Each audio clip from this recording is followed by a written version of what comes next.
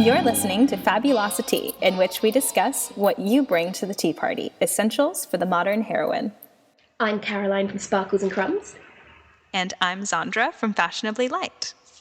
So I write a site, Sparkles and Crumbs, about bringing little bits of fabulousness into your day, into humdrum everyday life. Which is basically also what I write about at Fashionably Light, but it comes from the angle of minimalism, where the idea of having less stuff can actually be more fashionable, which is a bit radical, but I found to be true.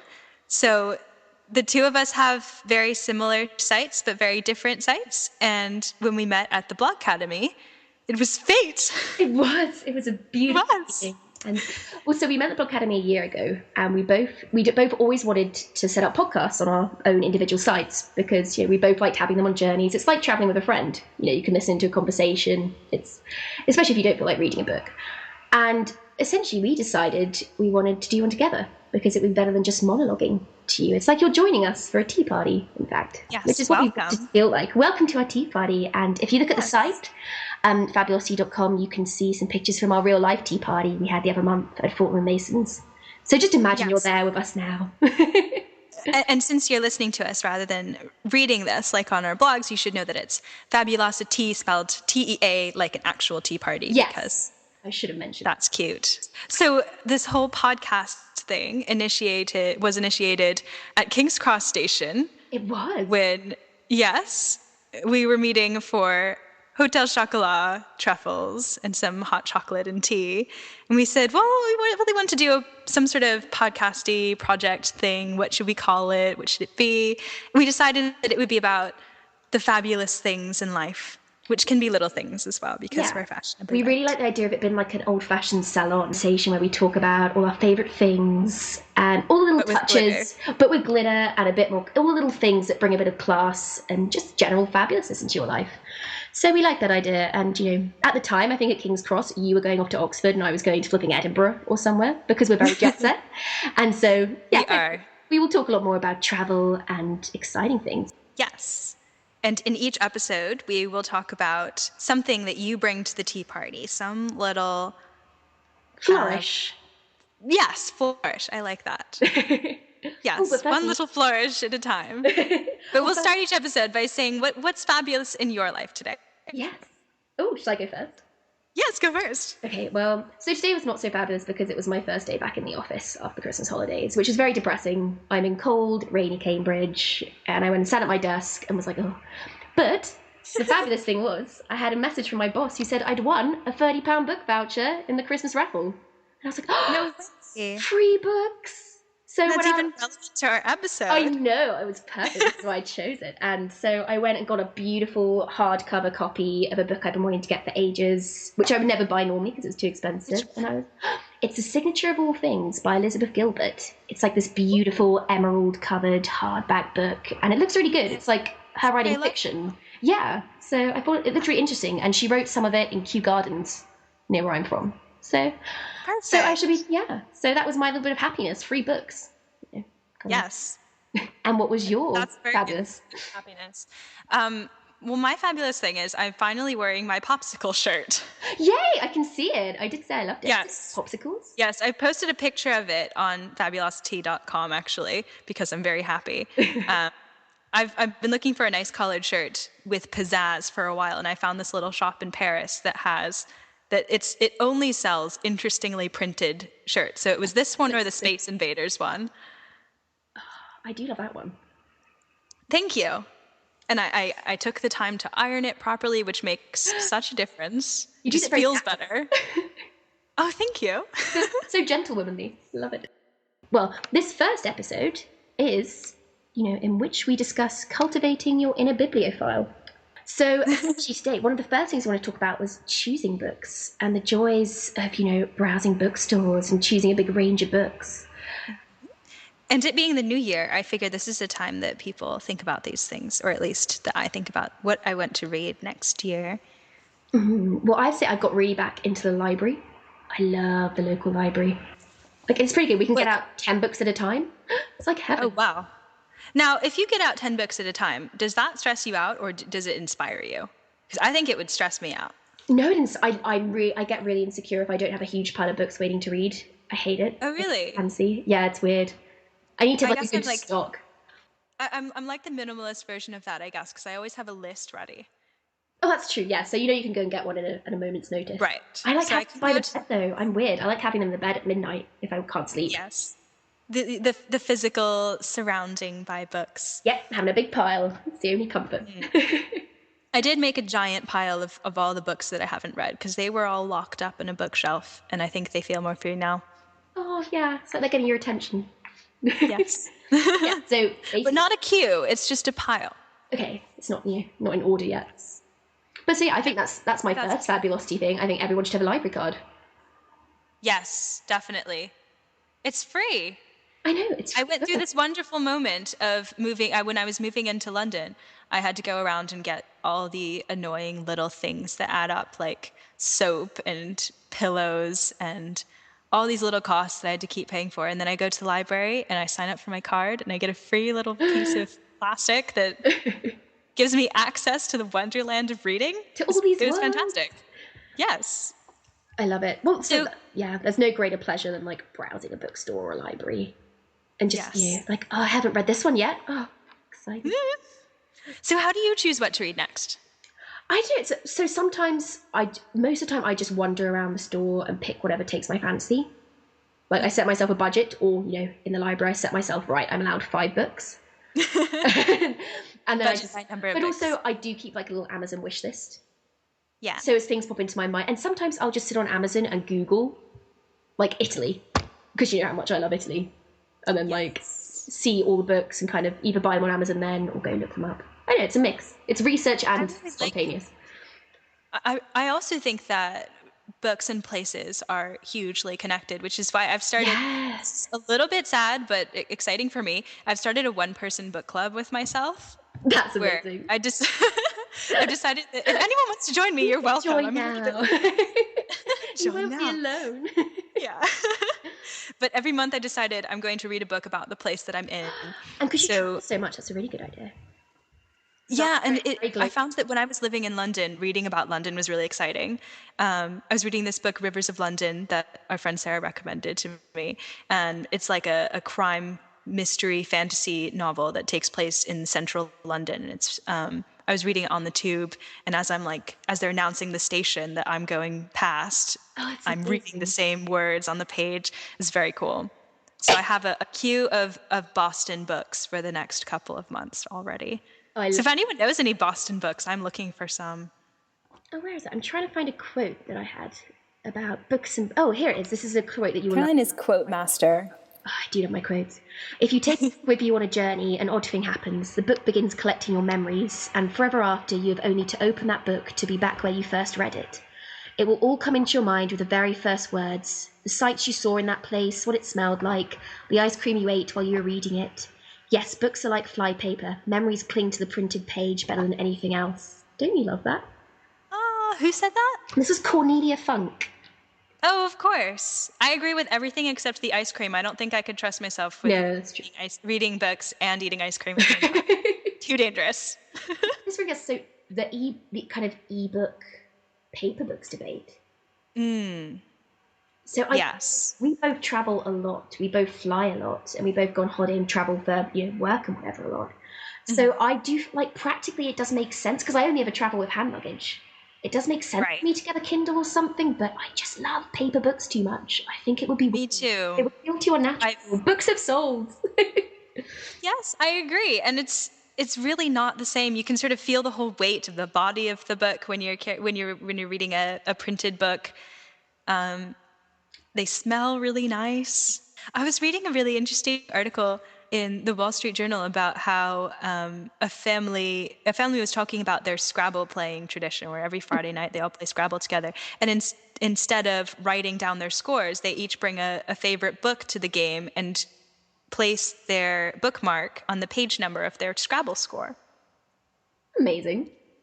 I thought that was really, really clever and sweet.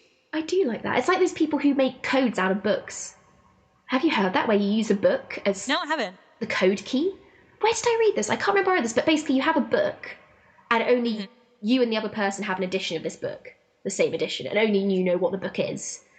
And I can't remember, you use kind of the page reference. So you put the page and the line and the word. So the word on the line, if that makes sense. Okay. So say there's the word Xandra on the second line of the first page of the book. Your code would be like 1, 2. The word is on the line. Does this make any sense? I don't know. But basically, so it's an unbreakable code. It's an unbreakable code because only you two know what the book is. I don't know. I think I just really wanted to be the Scarlet Pimpernel when I was younger. Life's been so disappointing. Many uses for books. There are. So have you ever seen a film adaptation of a book that was actually better than the book? So when I was a child, I had to read a book every time I wanted to see the film of it. And sometimes that prevented me from seeing the film. And the one exception I made while this rule was in place was to watch Die Hard without reading the book first, because it's no longer in print and I couldn't get a hold of a copy. That seems fair. Yes, that was fair.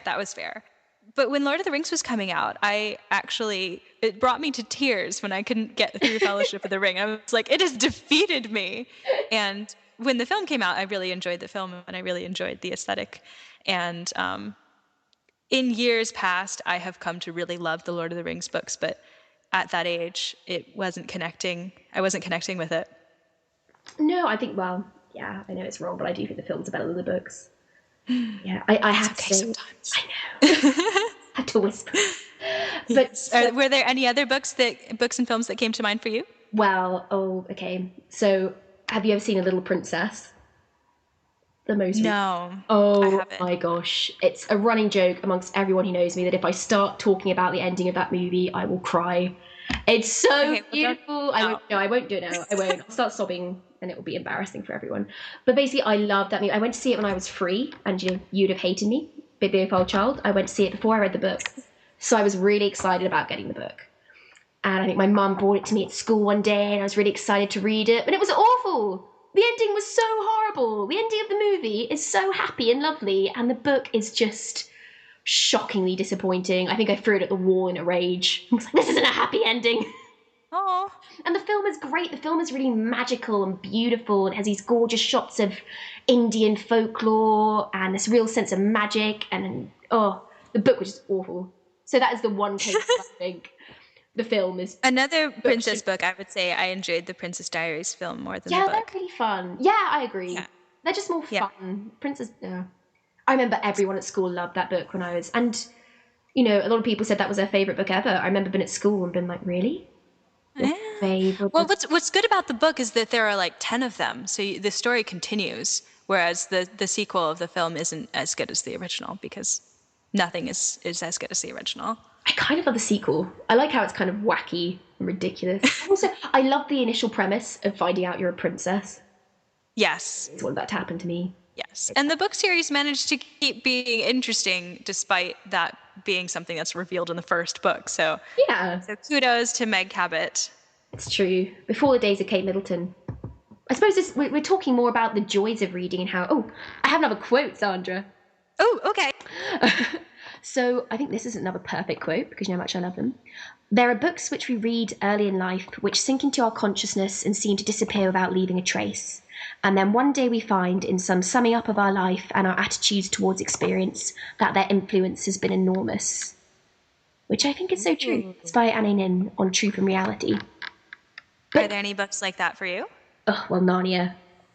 I think that shapes the imaginations of so many kids who read it, doesn't it? It's the whole idea that you can walk into a wardrobe and you're in another world. I just love that idea. Yes. And what's the other book I really love? A Skeptic's Journey into Narnia by Laura Miller, I think it is. Mm-hmm. And what's it about? So basically she had a very similar experience of reading it to me. As a child, she read this book and just fell head over heels in love. Mm-hmm. It was like her entire imagination opened up and she wanted to live there. And she kind of found out when she was 11 or 12 that it was just, a really thinly veiled Christian story. Right. And she felt really betrayed. She felt like, this secret magical place that was hers was now kind of linked to this institution she really didn't like and didn't want to be part of. Mm-hmm. And yet, she writes about how she still loves the books. You come back to the books and they are kind of racist and sexist and pretty horrible in some ways, but I still love them. I still, there's still something magical about them. And so she essentially writes about C.S. Lewis did something with those books that even he didn't predict, that he didn't even aim for. And I love the idea that a book can get away from the author. And yes, well, it's the whole death of the author thing, isn't it? Which I think is a bit of a harsh way of putting it, but bit of a harsh term. But you're right. Books don't belong to one person; they belong to everyone that reads them. yeah, but so he essentially wrote them to try and convert people essentially and bring them towards Christianity, and that obviously hasn't worked with readers like Laura Miller and myself. And I just love the idea that a book can do something wonderful that the author didn't even intend or didn't even think of. And of course, Harry Potter. We're all still waiting for our letters to Hogwarts. Yes. It's a tragedy. Yes. Well, I always reasoned that I wouldn't go to Hogwarts because I'm American, so I go to the American Wizardry School, and that means that comes at a different age. Yeah, she never mentions that, so you can make up your own. Exactly. I think, well, we've discussed this, haven't we, that a lot of people read pure fantasy and really enjoy that. But I do think, especially reading books as a child that really shape the way you look at the world and the way you think, it really helps if they're these amazing fantasy books like Harry Potter or the Narnia books, and they have some link to our world. Yes. You don't have to be born into these worlds. You can get into them as you are now.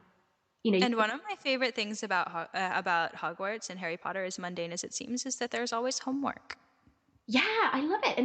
And that's be a muggle. You can be completely normal till the age of 11, and then, you're a wizard. Love it. Right, it's accessible. Yes.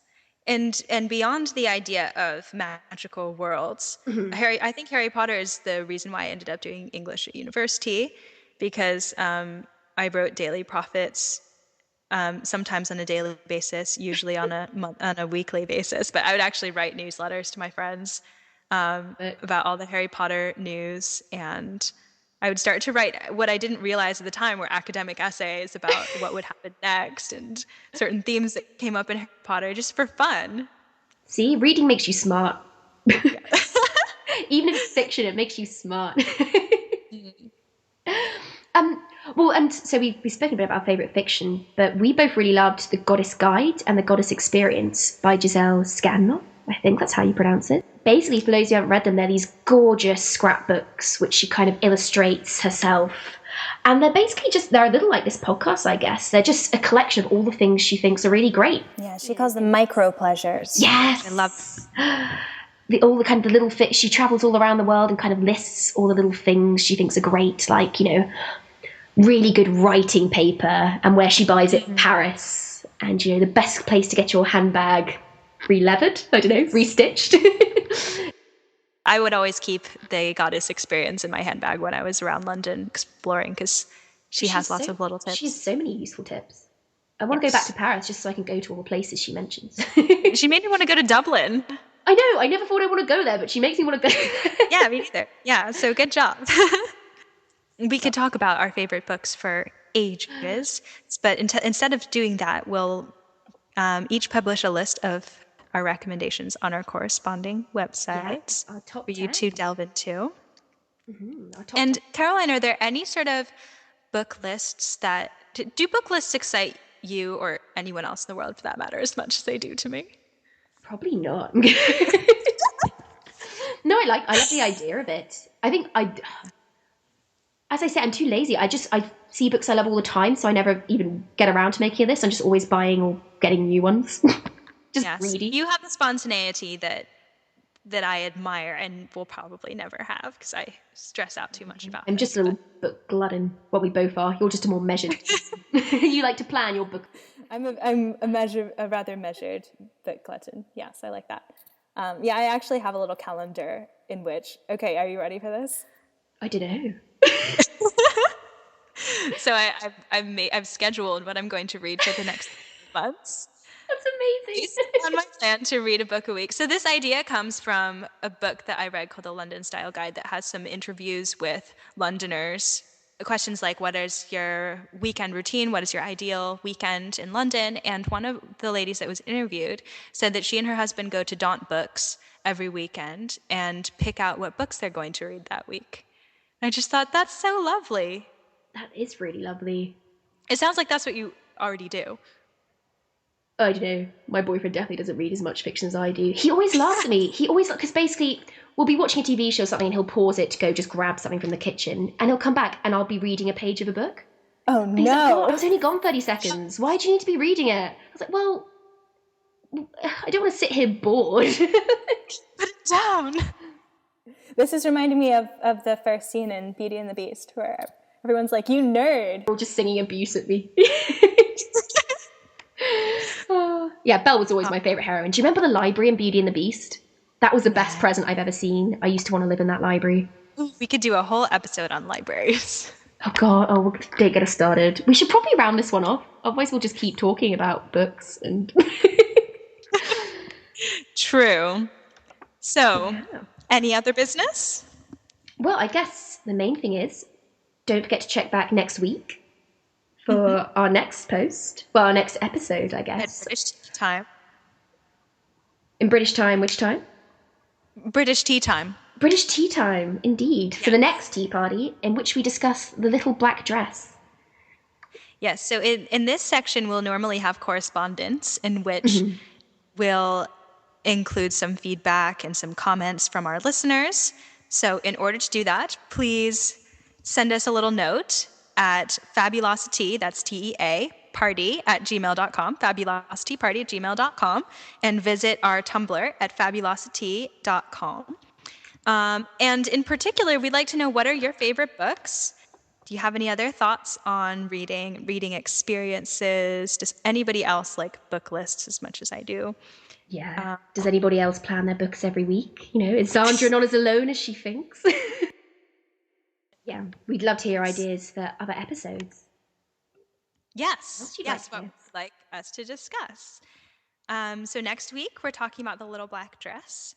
So send us your questions or send us your pictures of your own little black dresses. That would be cool. And we'll see you next week.